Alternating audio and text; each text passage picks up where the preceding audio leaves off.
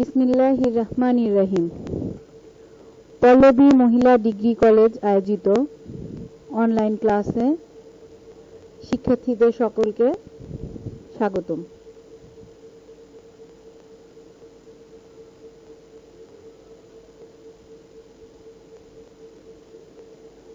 আজকের ক্লাসটি ইসলামের ইতিহাস ও সংস্কৃতি প্রথম পত্র একাদশ শ্রেণীর শিক্ষার্থীদের জন্য।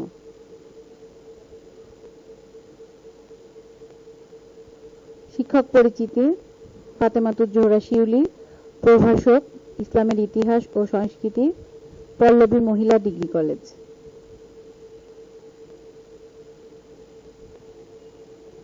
শিক্ষার্থীরা, আজকে আমাদের পাঠের বিষয় হুদায়বিয়ার সন্ধি ও এর ফলাফল। আমরা আমাদের গত ক্লাসে পড়েছিলাম খন্দকের যুদ্ধ। আজকে আমাদের পাঠের বিষয় হচ্ছে পাঠ্যসূচির হুদায়বিয়ার সন্ধি ও এর ফলাফল।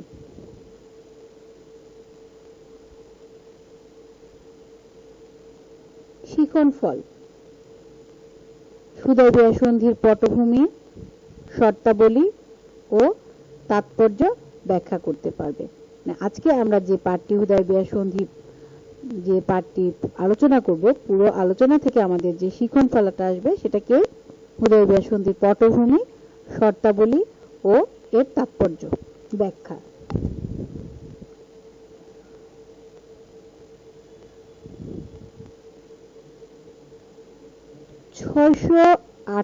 খ্রিস্টাব্দে রাসূলুল্লাহ সাল্লাল্লাহু আলাইহি সাল্লাম মক্কার কুরাইশদের সাথে হুদায়বিয়ার সন্ধি স্বাক্ষর করেন। কত খ্রিস্টাব্দে বললাম? 628 খ্রিস্টাব্দে। এ সন্ধি ইসলাম ও বিশ্বের ইতিহাসে এক নতুন অধ্যায়ের সূচনা করে। এর মাধ্যমে মুসলমানরা সর্বপ্রথম একটি রাজনৈতিক শক্তি হিসেবে স্বীকৃতি লাভ করে। হুদায়বিয়ার সন্ধিতে যে মহানবী সাল্লাল্লাহু আলাইহি সাল্লাম যে স্বাক্ষর করেছিলেন, এই হুদায়বিয়ার সন্ধিতে স্বাক্ষর মহানবী সাল্লাল্লাহু আলাইহি সাল্লাম অসাধারণ রাজনৈতিক প্রতিভা ও দূরদর্শিতার পরিচয় দেন। তাহলে কি বলছি? হুদায়বিয়ার সন্ধিতে স্বাক্ষর করে মহানবী সাল্লাল্লাহু আলাইহি সাল্লাম কি করলেন? অসাধারণ রাজনৈতিক প্রতিভা ও দূরদর্শিতার পরিচয় দিলেন। তাই হুদায়বিয়ার সন্ধিকে মহানবী সাল্লাল্লাহু আলাইহি সাল্লামের জীবনের গুরুত্বপূর্ণ ঘটনা হিসেবে অভিহিত করা হয়। এবং এই হুদায়বিয়ার সন্ধি সম্পর্কে কিন্তু পবিত্র কোরআনে উল্লেখ করা আছে। পবিত্র কোরআনে হুদায়বিয়ার সন্ধিকে ফাতহুম মুবিন বা প্রকাশ্য বিজয় বলে উল্লেখ করা হয়েছে।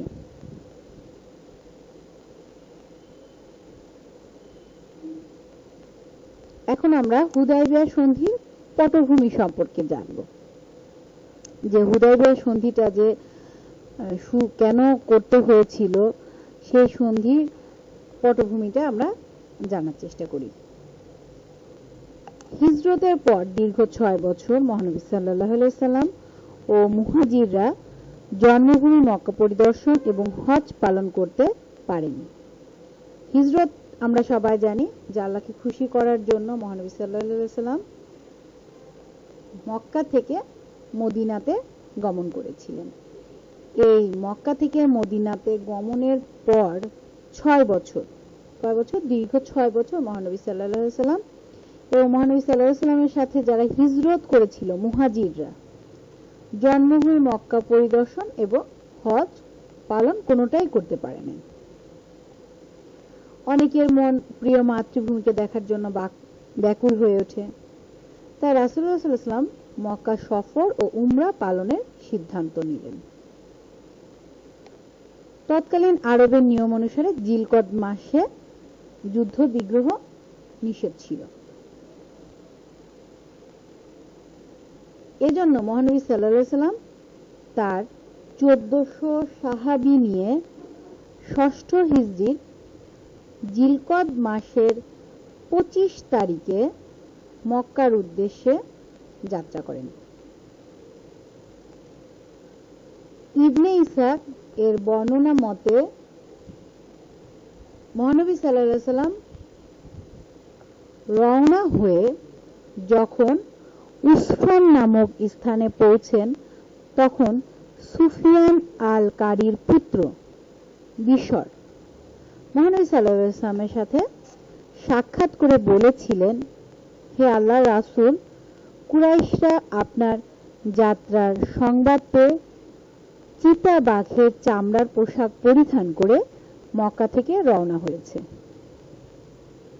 এবং তারা প্রতিজ্ঞা করেছে আপনাকে কোনো ক্রমে মক্কায় প্রবেশ করতে দেবে না। তারা জতুয়া নামক স্থানে প্রতিরোধ করেছে। এমনকি কুরাইশরা রাসূলের গতিরোধ করার জন্য খালিদ ও একরামার নেতৃত্বে একদল লোক পাঠায়। মহানবী সাল্লাল্লাহু আলাইহি সাল্লাম কুরাইশদের দূরভিসন্ধির কথা অবগত হয়ে মক্কার 9 মাইল দূরে হুদায়বিয়া নামক স্থানে শিবির স্থাপন করেন। তিনি খোজা সম্প্রদায়ে বুদাইল নামের এক ব্যক্তির মাধ্যমে তাদেরকে জানান যে মুসলমানরা শুধু হজ পালনের উদ্দেশ্যে এখানে এসেছে, যুদ্ধ করতে নয়। কুরাইশরা মহানবীর কথা বিশ্বাস করে আবওয়া নামক এক ব্যক্তিকে আলোচনার জন্য পাঠায়, কিন্তু তার দুর্ব্যবহারে আলোচনা ব্যর্থ হয়।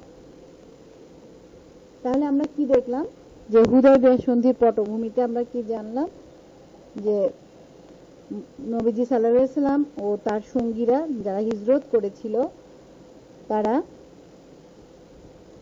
মক্কা পরিদর্শন করেনি 6 বছর। কতদিন? 6 বছর করতে পারেনি। সেজন্য মাতৃভূমি মক্কা দেখার উদ্দেশ্যে তারা রওনা হয় মদিনা থেকে। তারা কি করলো? মহানবী সাল্লাল্লাহু আলাইহি সাল্লাম কি করলেন যে তার 1400 সাহাবী নিয়ে 6ষ্ঠ হিজরি জিলকদ মাসে 25 তারিখে মক্কার উদ্দেশ্যে যাত্রা করলেন। যাত্রা করার পরেই সেখানে উসফান নামক স্থানে পৌঁছেন। তখন সুফিয়ান আল কারির পুত্র বিশর মহানবী সাল্লাল্লাহু আলাইহি সাল্লামের সাথে সাক্ষাৎ করলেন এবং বললেন যে কুরাইশরা আপনার যাত্রা সংবাদ পেয়ে চিতাবাঘের চামড়ার পোশাক পরিধান করে মক্কা থেকে রওনা হয়েছে এবং প্রতিজ্ঞাও করেছে কোনোভাবে মক্কায় প্রবেশ করতে দেবে না। তখন নবীজি সাল্লাল্লাহু আলাইহি সাল্লাম তাদেরকে বুদাইল নামের এক ব্যক্তির মাধ্যমে জানিয়ে দিল যে আমরা শুধু মুসলমানরা হজ পালনের উদ্দেশ্যে এসেছে, যুদ্ধ করতে নয়। কুরাইশরা মহানবী সাল্লাল্লাহু আলাইহি সাল্লামের কথা বিশ্বাস করে আবওয়া নামক এক ব্যক্তিকে পাঠালো, কিন্তু তার ব্যবহারে আলোচনা ব্যর্থ হয়।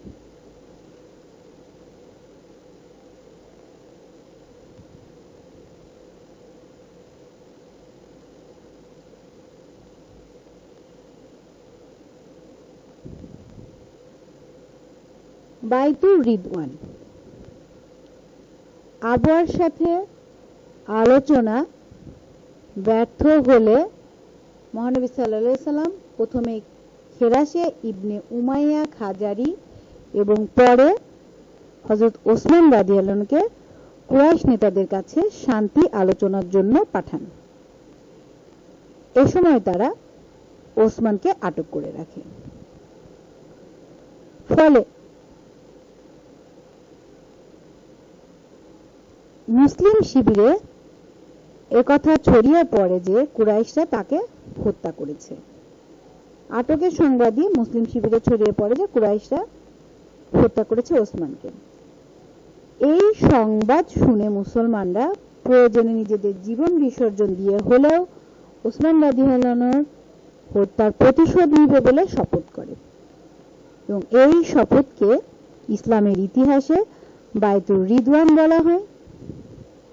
আর তারা একটি গাছের নিচে এই শপথ করেছিল বলে একে বাইতুল সাজারা বলা হয়। তাহলে বাইতুল সাজারা কি হয়েছিল? বাইতুল সাজারা বা বাইতুল রিদওয়ান সম্পর্কে আমরা কি বুঝলাম যে মহানবী সাল্লাল্লাহু আলাইহি সাল্লাম ওসমান রাদিয়াল্লাহু আনহুকে কুরাইশ নেতাদের কাছে শান্তি আলোচনার জন্য পাঠালেন এবং তারা ওসমান রাদিয়াল্লাহু আনহুকে আটক করে ফেলল এবং মুসলিম শিবিরে ছড়িয়ে পড়ল যে ওসমান রাদিয়াল্লাহু আনহুকে হত্যা করা হয়েছে। এই সংবাদ শুনে মুসলমানরা কি বলল, প্রয়োজনে নিজেদের জীবন বিসর্জন দিয়ে হলো ওসমান রাদিয়াল্লাহু আনহুকে হত্যা প্রতিশোধ নিবে। আর এই শপথকে ইসলামের ইতিহাসে বায়তুর রিদওয়ানও বলা হয়, আবার বায়তুল সাজারাও বলা হয়।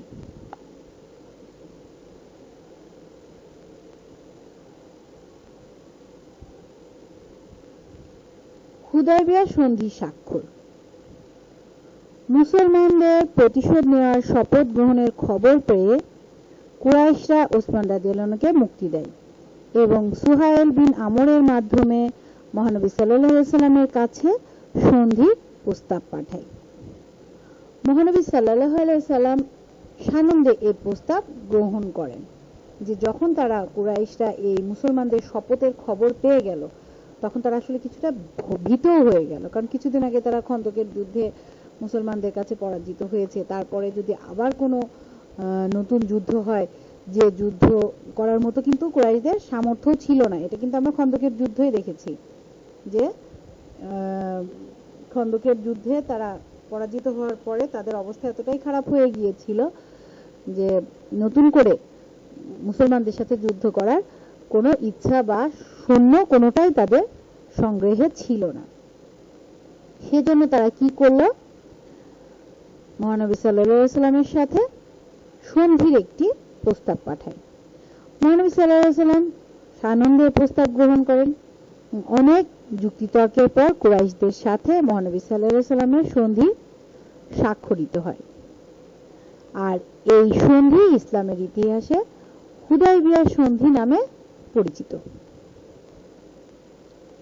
এখন আমরা এই সন্ধির যে প্রধান শর্তগুলো কি ছিল সেই শর্তগুলো সম্পর্কে জানব। শর্তের প্রথম শর্ত ছিল যে এবছর অর্থাৎ সন্ধির বছর 628 খ্রিস্টাব্দে মুসলমানরা হজ না করে মদিনায় ফিরে যাবে। কি করবে? মুসলমানরা হজ না করে মদিনায় ফিরে যাবে। পরবর্তী বছর 629 খ্রিস্টাব্দে মুসলমানরা হজ করতে পারবে, কিন্তু তারা 3 দিনের বেশি মক্কায় অবস্থান করতে পারবে না। এ সময় তারা হজে এলে কুরাইশরা ওই 3 দিন মক্কার বাইরে অবস্থান করবে। মুসলমানরা যদি হজ করতে আসে তখন কুরাইশরা মক্কার বাইরে অবস্থান করবে। এটা সন্ধিতে স্বাক্ষর হলো। মুসলমানরা হজের উদ্দেশ্যে মক্কায় আসার সময় শুধু আত্মরক্ষার জন্য, মানে নিজেদেরকে রক্ষার জন্য কোষবদ্ধ তরবারি ছাড়া অন্য কোনো মরণাস্ত্র সাথে আনতে পারবে না। যে ছোট ছোট কোষবদ্ধ, মানে কোষবদ্ধ হচ্ছে যে তরবারিটা একটি খাপের মধ্যে থাকে, সেই খাপের মধ্যে থাকা তরবারিকে বলা হচ্ছে কোষবদ্ধ তরবারি। এরপরে পরবর্তী 10 বছর মুসলমান ও কুরাইশদের মধ্যে যুদ্ধ বন্ধ থাকবে। কত বছর? 10 বছর মুসলমান ও কুরাইশদের মধ্যে যুদ্ধ বন্ধ থাকবে। 5 নম্বর পয়েন্টটি দেখো, যে কোন কুরাইশ মক্কা ছেড়ে মদিনায় গেলে মুসলমানরা তাকে ফেরত দিতে বাধ্য থাকবে। কি বলছে? কুরাইশরা যদি মক্কা ছেড়ে মদিনায় যায় তাহলে মুসলমানরা তাকে ফেরত দিতে বাধ্য থাকবে, কিন্তু কোন মুসলমান মদিনা থেকে মক্কা এলে কুরাইশরা তাকে ফেরত পাঠাতে বাধ্য থাকবে না। মুসলমানরা যদি মক্কায় আসে কুরাইশরা তাকে ফেরত পাঠাতে বাধ্য থাকবে না।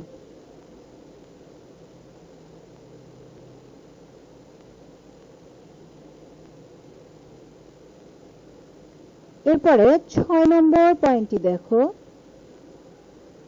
আরবের যে কোনো গোত্র ইচ্ছা করলে মুসলমান বা কুরাইশদের সাথে সন্ধি সূত্রে আবদ্ধ হতে পারবে, এতে কোনো পক্ষই আপত্তি করতে পারবে না। আরবের যে কোনো গোত্র। 7 নম্বর পয়েন্টটি দেখো, হজের সময় মুসলমানদের জানমালের নিরাপত্তা বিধান করবে, বিনিময়ে মক্কার বণিকেরা নির্বিঘ্নে মদিনার পথ দিয়ে সিরিয়া, মিশর প্রভৃতি দেশে বাণিজ্য করতে পারবে।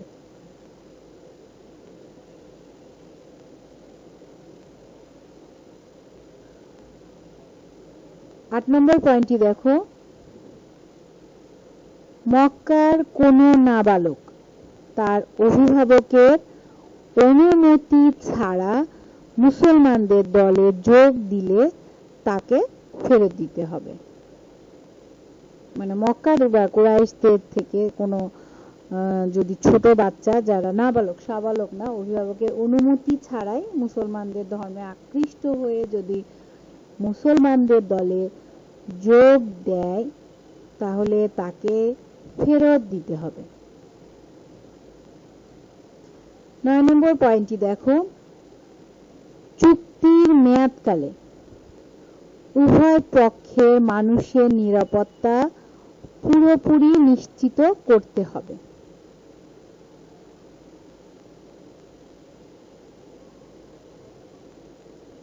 এই যে 10 বছরের যে চুক্তি হলো, এই চুক্তির যে মেয়াদকালে উভয় পক্ষে মানুষের নিরাপত্তা পুরোপুরি নিশ্চিত করতে হবে, একে অপরের কোনো ক্ষতি করতে পারবে না। সন্ধির শর্তাবলী উভয় পক্ষ পুরোপুরি মেনে চলবে, যে কুরাইশরাও মেনে চলবে, মুসলমানরাও সন্ধির শর্তগুলো মেনে চলবে। সন্ধিটি লেখা শেষ হলে মুসলমানদের পক্ষে সাক্ষী হিসেবে স্বাক্ষর করেন কে? আবু বকর রাদিয়াল্লাহু আনহু এবং ওমর বিন খাত্তাব রাদিয়াল্লাহু আনহু, আব্দুর রহমান বিন আউফ রাদিয়াল্লাহু আনহু এবং সাদ বিন আবু ওয়াক্কাস। কয়জন সন্ধিটি স্বাক্ষরে মুসলমানদের পক্ষে সাক্ষী হিসেবে স্বাক্ষর করেন?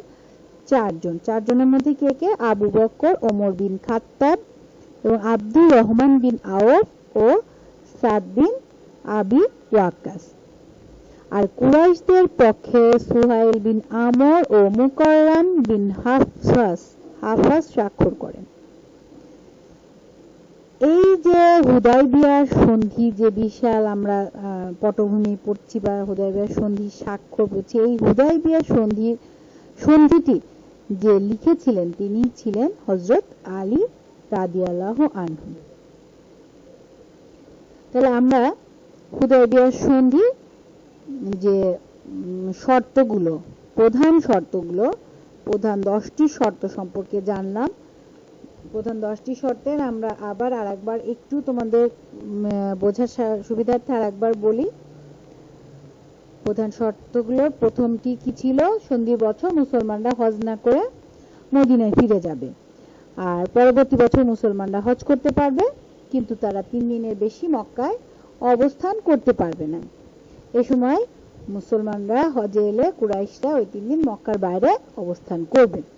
3 নম্বর যে বিষয়টি ছিল, মুসলমানরা হজের উদ্দেশ্যে মক্কায় আসার সময় শুধু আত্মরক্ষার জন্য কোষবদ্ধ তরবারি ছাড়া অন্য কোনো মরণাস্ত্র সাথে আনতে পারবে না।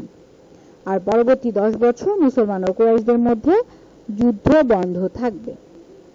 কোন কুরাইশ মক্কা ছেড়ে মদিনায় গেলে মুসলমানরা তাকে ফেরত দিতে বাধ্য থাকবে, কিন্তু কোন মুসলমান মদিনা থেকে মক্কায় এলে কুরাইশরা তাকে ফেরত পাঠাতে বাধ্য থাকবে না। আরবের কোন গোত্র, যে কোনো গোত্র ইচ্ছা করলে মুসলমান বা কুরাইশদের সাথে সন্ধি সূত্রে আবদ্ধ হতে পারবে, এতে কোনো পক্ষেই আপত্তি করতে পারবে না। হজের সময় মুসলমানদের জানমালের নিরাপত্তা বিধান করবে, বিনিময়ে মক্কার বণিকেরা নির্বিঘ্নে মদিনার পথ দিয়ে সিরিয়া, মিশর প্রভৃতি দেশে বাণিজ্য করতে পারবে। মক্কার কোনো নাবালক তার অভিভাবকের অনুমতি ছাড়া মুসলমানদের দলে যোগ দিলে তাকে ফেরত দিতে হবে।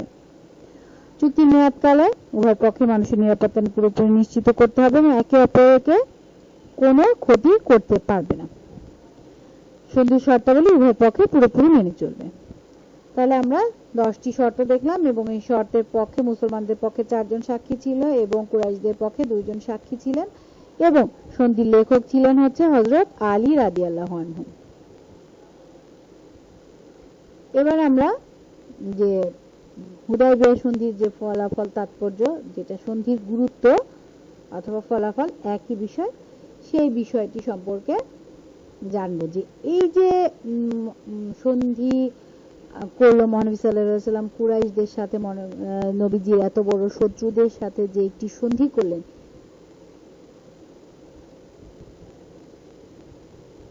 এই সন্ধির ফলাফল কি ছিল সেটা আমরা এখন জানবো। শ্রেষ্ঠ বিজয়। আপাত দৃষ্টিতে এই সন্ধি কুরাইশদের পক্ষে মনে হলেও বাস্তবে এটি ইসলাম ও মুসলমানদের জন্য সুদূর প্রসারী ফলাফল বয়ে আনে। প্রথমে কিন্তু আমাদের সন্ধিগুলো দেখে কি মনে হচ্ছে? আমাদের মনে হচ্ছে না যে কুরাইশরা যদি কোনো মানুষ, কোনো মুসলমান কুরাইশদের পক্ষ থেকে যদি কেউ মদিনায় যায় সেখানে থেকে ফেরত দিতে হবে, কোনো নাবালক শিশু যদি মুসলমান হয় তাকে ফেরত দিতে হবে, কিন্তু কোনো মানুষ যদি মক্কায় কুরাইশদের দলে অন্তর্ভুক্ত হয় তাদেরকে আবার ফিরিয়ে দিতে হবে না। মানে কুরাইশদেরই বেশি সুবিধা। কিন্তু আমরা আপাত দৃষ্টিতে সন্ধির যে শর্তাবলী আলোচনা করলাম সেখানে আমাদের সেটাই মনে হয়েছে, তাই না? যে ইসলাম মুসলমানদের কুরাইশদের পক্ষে গেছে এই সন্ধিটি। এটা মনে হলেও এটি ইসলাম ও মুসলমানদের জন্য সুদূর প্রসারী ফলাফল বয়ে আনে। এই সন্ধি পত্রে স্বাক্ষর করে মহানবী সাল্লাল্লাহু আলাইহি ওয়াসাল্লাম এক অসাধারণ প্রজ্ঞা ও দূরদর্শিতার পরিচয় দেন। হযরত আবু বকর রাদিয়াল্লাহু আনহু বলেন, হুদায়বিয়া সন্ধির ফলে আমরা যেরূপ জয়ী হয়েছি সেরূপ কখনোই হয়নি। যে বদর যুদ্ধ বা খন্দকের যুদ্ধ যে জয়টা পেয়েছিল মুসলমানরা, সেই জয়ের থেকে হুদায়বিয়া সন্ধির জয়টা ছিল একেবারেই ভিন্ন। এই চুক্তির মাধ্যমে কুরাইশরা প্রথমবারের মতো মুসলমানদের একটি রাজনৈতিক শক্তি হিসেবে স্বীকৃতি দেয়। তারা মহানবী সাল্লাল্লাহু আলাইহি ওয়াসাল্লামকে একজন মহান নেতা ও মদিনা রাষ্ট্রের প্রধান হিসেবে মেনে নেয়। আর এর ফলে মুসলমানরা যে একটি স্বতন্ত্র শক্তি তার বহিঃপ্রকাশ ঘটে। মানে যদি মুসলমানদেরকে গুরুত্ব না দেয় তাহলে তাদের সাথে সন্ধির তো কোনো প্রয়োজন হয় না। যেহেতু মুসলমানদেরকে গুরুত্ব দেওয়া হচ্ছে এবং তাদেরকে কিন্তু একটি রাজনৈতিক শক্তি হিসেবে স্বীকৃতি দিল এই সন্ধির বা চুক্তির মাধ্যমে, এবং মহানবী সাল্লাল্লাহু আলাইহি ওয়াসাল্লামকে তারা একজন নেতা হিসেবে মানছে এবং মদিনা রাষ্ট্রের প্রধান হিসেবে মেনে নিয়েছে। এটাই হচ্ছে শ্রেষ্ঠ বিজয় যেটাকে বলা হয়। কারণ যেই মুসলমান নবীজিকে তারা মানতে চাচ্ছে না, তারপরে মদিনা রাষ্ট্রের প্রধান হিসেবে মহানবী সাল্লাল্লাহু আলাইহি ওয়াসাল্লামকে মানতে চাচ্ছে না, তাকেই তারা মহান নেতা এবং প্রধান রাষ্ট্র মদিনা রাষ্ট্রের প্রধান হিসেবে মানছে এবং এই মহানবী সাল্লাল্লাহু আলাইহি ওয়াসাল্লামের যে দলটি আছে সেই দলকে একটি রাজনৈতিক শক্তি হিসেবে স্বীকৃতি দিচ্ছে। এবং এসব কারণেই পবিত্র কোরআনে এই সন্ধিকে ফাতহুম মুবিন বা প্রকাশ্য বিজয় বলে উল্লেখ করা হয়েছে। আমরা পটভূমিতে কিন্তু এই বিষয়টি জেনেছিলাম যে ফাতহুম মুবিন, পবিত্র কোরআনে এই সন্ধিকে ফাতহুম মুবিন বা প্রকাশ্য বিজয় বলে উল্লেখ করা হয়। এরপরে দ্বিতীয় যে পয়েন্টটি দেখছি আমরা সেটা হচ্ছে শান্তি প্রতিষ্ঠা। কি শান্তি প্রতিষ্ঠা? হুদায়বিয়া সন্ধির মাধ্যমে 10 বছর যুদ্ধ বিগ্রহ বন্ধ হওয়ায় মুসলমানরা নিশ্চিতভাবে বসবাস করার সুযোগ লাভ করে। নিশ্চিন্ত মানে এখন এই যুদ্ধ বিগ্রহ 10 বছরের মধ্যে মুসলমানদের সাথে কুরাইশদের সাথে যে বারবার শুধু যুদ্ধ, এতে তো আসলে জানমালের একটি ক্ষয় হয় এবং মানুষ যারা সৈন্যরা থাকে পরিকল্পনাকারী সবাই ক্লান্ত হয়ে থাকে। এই জন্য এই সন্ধির মাধ্যমে মুসলমানরা নিশ্চিন্তভাবে বসবাসের সুযোগ লাভ করলো। এবং ইসলামী বিশ্বকোষে বলা হয়ে থাকে এই সন্ধির ফলে মুসলমানরা ক্রমাগত যুদ্ধ বিগ্রহ থেকে অব্যাহতি পেল এবং এটি ছিল মুসলিম বিজয়ের প্রথম পর্যায়। এই বিজয়টি ছিল হচ্ছে মুসলিম বিজয়ের প্রথম পর্যায়। ঐতিহাসিক দিকে কি বলেন যে এই সন্ধির মাধ্যমে প্রকৃতপক্ষে মুহাম্মদ সাল্লাল্লাহু আলাইহি সাল্লামের অনুসারী ও কুরাইশদের মধ্যকার যুদ্ধের পরিসমাপ্তি ঘটে।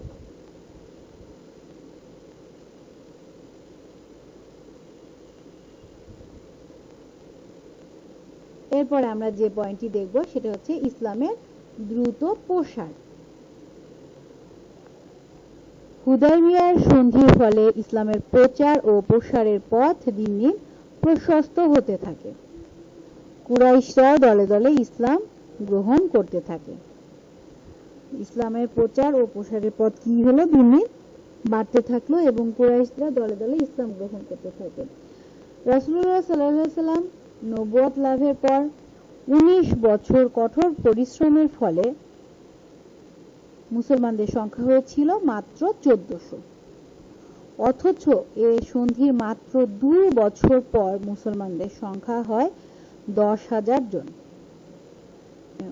অল্প দিনের মধ্যে ইসলাম ধর্ম আন্তর্জাতিক ক্ষেত্রে বিস্তার লাভ করে।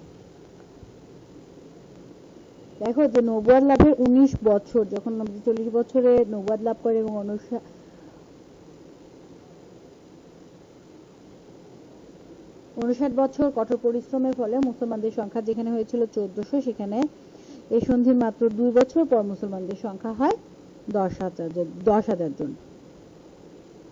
এটা ইসলামের দ্রুত প্রসার ঘটছে। ইসলামের শ্রেষ্ঠ বীর ও বিভিন্ন সম্প্রদায়ের ইসলাম গ্রহণ। হুদায়বিয়া সন্ধির পর মহাবীর খালিদ বিন ওয়ালিদ, আমর বিন আল আস ইসলাম গ্রহণ করে। যেটা কিন্তু যে খালিদ বিন ওয়ালিদ কিন্তু আগে ইসলাম ধর্ম গ্রহণ করেছিলেন না। তিনি ছিলেন ওই সময়ের মক্কার বীরদের মধ্যে একজন উল্লেখযোগ্য বীর। তিনি কি করলেন,